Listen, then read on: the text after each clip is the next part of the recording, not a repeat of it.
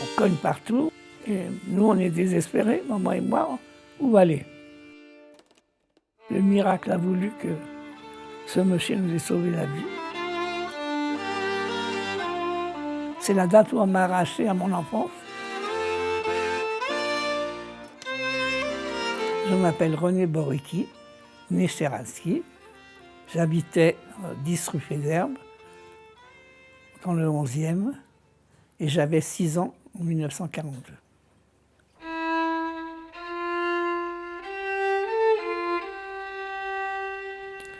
Mes parents ils se sont mariés en 1930, et comme ça marchait bien l'antisémitisme en Pologne à l'époque, et qu'ils sont natifs de Pologne, ils ont passé des moments difficiles.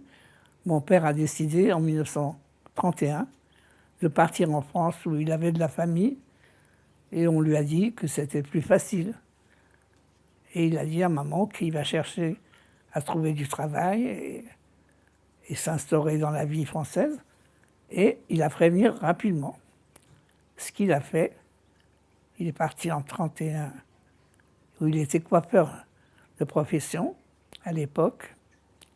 Et il a travaillé 1 an. C'était un beau temps en France. On gagnait sa vie tranquillement, on avait une vie facile. En 1932, il a fait venir maman. Maman travaillait dans la couture et ils ont eu de longues années tranquilles. Maman ne voulait pas avoir tout de suite d'enfants. Je suis donc né 7 ans après leur mariage. Et là, malheureusement, dans un mauvais moment, puisque la guerre a été déclarée en 1939, et moi j'avais 3 ans.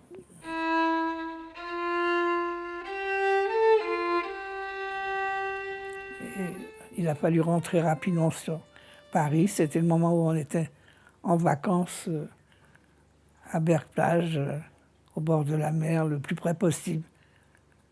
C'était l'endroit où tout le monde allait à l'époque. Et dès qu'on a entendu qu'il y avait la guerre, mes parents ont décidé de rentrer à Paris. Et là, on a commencé à parler d'antisémitisme, de la montée d'Hitler, que ça allait très mal en France.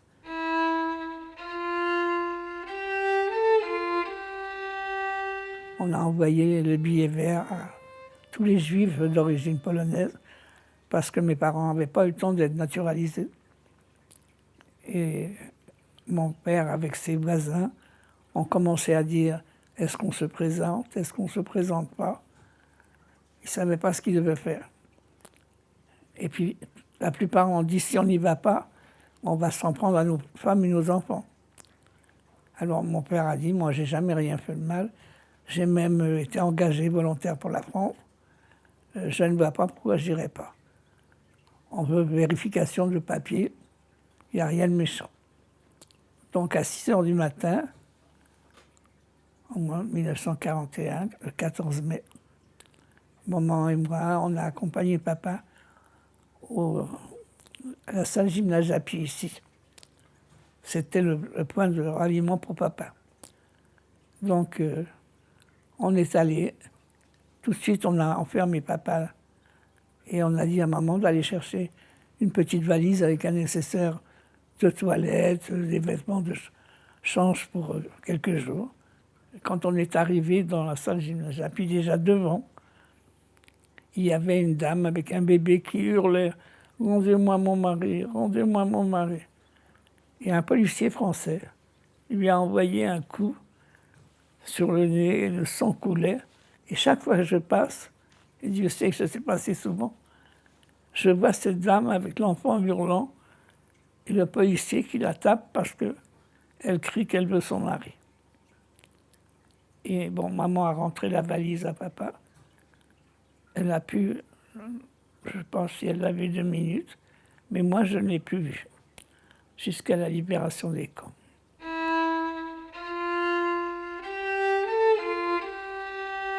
Papa était dirigé vers Pithiviers. Il disait qu'ils n'étaient pas trop mal, évidemment, après ce qui les attendait. Et maman l'a vu une seule fois, mais ils avaient fait un moyen avec une autre amie Son mari était ébéniste de métier et il avait fabriqué une mallette avec un double front. Et une fois, c'est lui qui envoyait cette mallette à sa femme avec du linge sale pour qu'on lui change, et puis une lettre qui passait en dessous ce double front. Et une fois, il l'a passé à papa qui faisait la même chose. Et c'est comme ça qu'on a vécu la période d'internement. Et puis, il y a eu 17 juillet 42, où on les a dirigés vers Auschwitz. Et c'était fini. Plus de contact.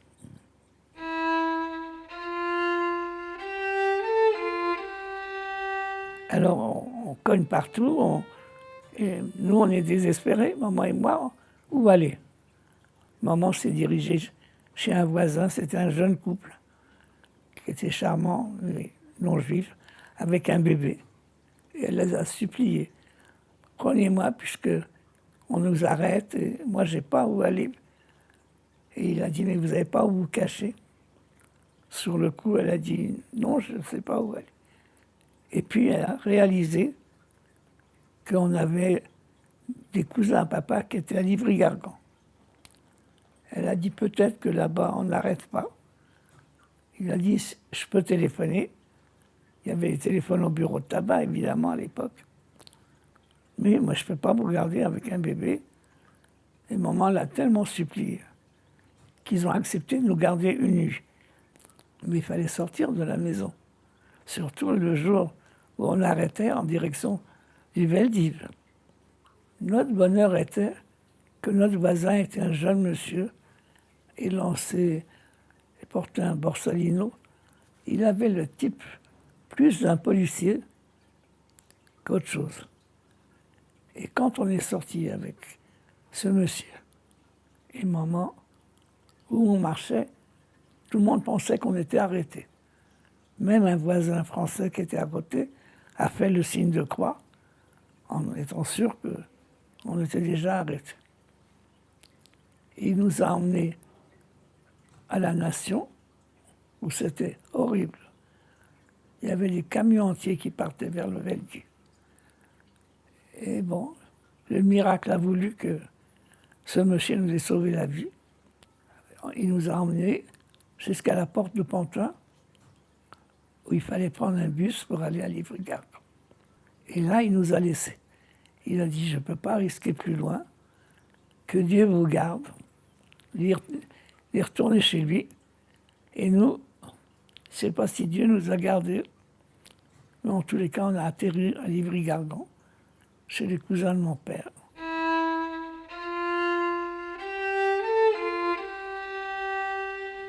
Et nous, on est restés chez cette cousine qui, chaque semaine, demandait à maman de lui donner de l'argent pour manger. Elle ne nous donnait rien à manger, mais elle a pris l'Alliance, la menthe. Enfin, chaque semaine, elle prenait quelque chose. Elle a vraiment dépouillé maman. Et puis, est arrivée la journée, je ne peux pas vous dire la date, où on a commencé à arrêter Livry-Gargan, de la même façon que à Paris. Alors, la cousine est partie voir où elle pouvait se cacher, parce qu'elle connaissait tout le monde à Livry-Gargan. Et elle a dit à maman de rester avec les enfants. Mais maman était très paniquée. On avait vécu Paris, le Veldiv et tout ce qui se passait. Elle ne pouvait pas rester. Alors elle a demandé à la jeune de 20 ans, « Jeannette, je t'en prie, toi tu sais où elle est maman. Amène-nous avec tes frères et sœurs qu'on la rejoigne. » Et elle a dit, « Moi je suis française, je suis née en France, je vais les recevoir ces messieurs. Je me lave la tête moi. » Et effectivement, elle a commencé à se laver la tête. Elle a expliqué à maman où elle devait aller pour rejoindre sa mère. Et maman est partie avec les enfants. Et moi, on est sortis en bas de la maison. Il y avait déjà une voiture de la police française qui ont salué gentiment maman, une mère de famille avec des enfants. Une chance qu'ils n'ont pas observé qu'elle avait le type sémite. Et on est allé jusqu'au coin de la rue. On s'est retourné parce qu'on entendait hurler ma cousine. Ils l'ont descendue avec les cheveux mouillés. Elle n'est jamais revenue d'Auschwitz. Elle n'a peut-être même pas été jusqu'à Auschwitz.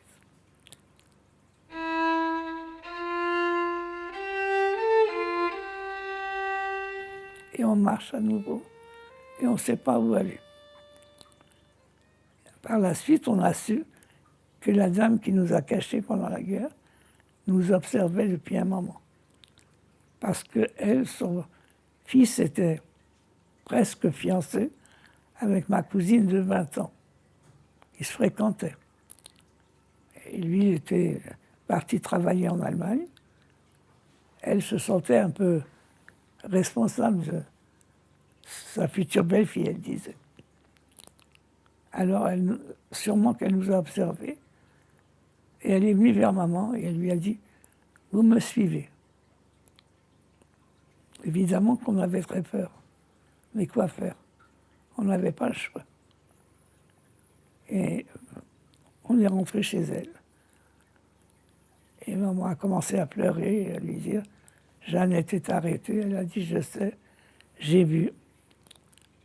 Et rien qu'en souvenir de Jeannette, je dois vous sauver la vie. Mais il ne faut pas qu'on sache que vous êtes là. Moi, je risque ma vie. » Alors, elle avait un espèce de petit dressing où il y avait un lit pliant. Et elle dit, je peux vous tenir que là parce que si on voit que je suis avec quelqu'un, moi, je suis connue par tous les voisins comme une personne toute seule. Donc, je risque ma vie. Alors, on restait là. Toute la journée, elle ouvrait la porte pour qu'on ait de l'air. Et la nuit, on fermait la porte.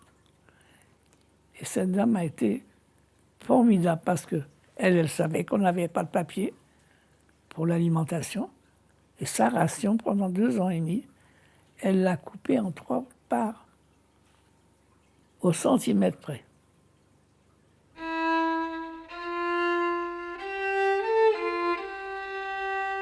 C'est la date où on m'a arraché à mon enfance.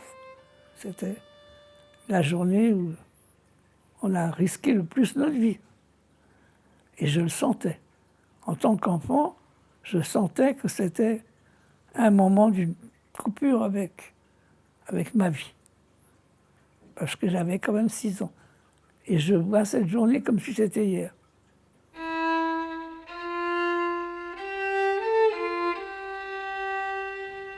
C'est très important.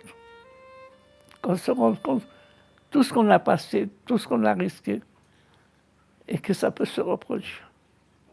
Mon papa, quand il est revenu, il a dit plus jamais ça. Je suis revenu pour témoigner, pour que plus jamais ça. Et malheureusement, avec tout ce qu'on voit, mes petits-enfants ne vivent pas dans un monde de paix. Et ça me fait mal. De savoir que je vais partir en les laissant dans Dieu sait quoi.